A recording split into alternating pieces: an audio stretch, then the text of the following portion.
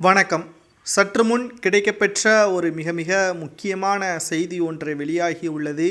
அமெரிக்காவிற்கு பயணம் மேற்கொண்ட முதல்வர் ஸ்டாலின், அவரது மனைவி துர்கா ஸ்டாலின் மற்றும் தொழில்துறை அமைச்சர் டி.ஆர். ராஜா அவர்கள் தற்பொழுது வரை 908 கோடி ரூபாய் வரை முதலீடுகளை பெற்றுள்ளதாக செய்திகளை நம்மால் பார்க்க முடிகிறது. ஆனால் தமிழகத்தில் நடப்பது என்ன? திமுகவை சார்ந்த மிக முக்கியமான எம்பி ஜெகத் ரட்சகன் அவருக்கு மட்டும் அபதாரமாக 980 கோடி ரூபாய் அபதாரம் செலுத்த வேண்டும் என்று அமலாக்கத்துறை அதிகாரிகள் கூறியிருக்கிறது. வெளிநாட்டில் இருந்துதான் தமிழகத்தில் முதலீடுகளை பெற வேண்டுமா? அப்படி பெற்றால்தான் தமிழகம் வளர்ச்சி அடையுமா என்பதை நாம் பார்ப்பதற்கு முன்பாக திமுகவின் எம்பிக்களும் திமுகவின் அமைச்சர்களும் சரியான முறையில் வருமான வரித்துறை தாக்கல் செய்தாலே அனைத்து பிரச்சனைகளும் முடிந்துவிடும் என்று புதிய பிரச்சனை ஒன்று கிளம்பியுள்ளது.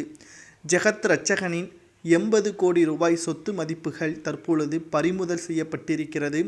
சட்டத்திற்கு விரோதமாக 3450 கோடி ரூபாய் சட்டத்திற்கு புறம்பாக பணப்பரிவர்த்தனை செய்ததாக கூடுதலாக அவர் மீதும் அவரது மனைவி மீதும் அமலாக்கத்துறை அதிகாரிகள் வழக்கு பதிவு செய்திருக்கிறார்கள்.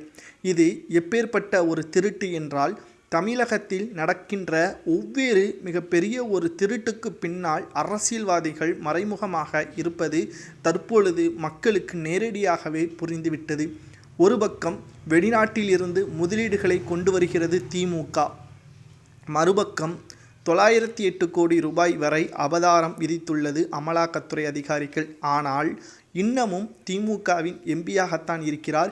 2023 மக்களவைத் தேர்தலுக்கு முன்பாகவே ஜெகத் ரட்சகனின் வீடு, அலுவலகங்கள் போன்ற அனைத்து நிறுவனங்களிலும் சோதனைகள் நடத்தி 150 கோடி ரூபாய் வருமானத்திற்கு அதிகமாக சொத்துக்கள் வைத்ததாக முதலாவதாக குற்றம் சாட்டப்பட்டது.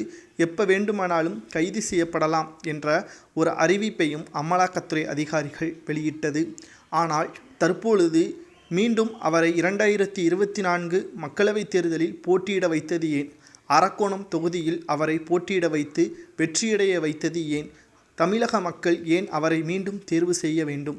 தற்பொழுது திமுகவின் பினாமியாக பல கோடி ரூபாய் தேர்தலின் பொழுது அவரிடம் இருந்து பெறுவதற்காக அவருக்கு எம்பி பதவி பாதுகாப்பாக உள்ளது. திமுக அமெரிக்கா பயணம் என்பது வெற்று காகிதம்தான். 17 நாட்கள் ஊரை சுற்றி பார்ப்பதற்காகவும் அவரது மருத்துவ பரிசோதனையை மேம்படுத்துவதற்காகவும் மட்டுமே தான் என்ற தகவல் வெளியாகியிருக்கிறது.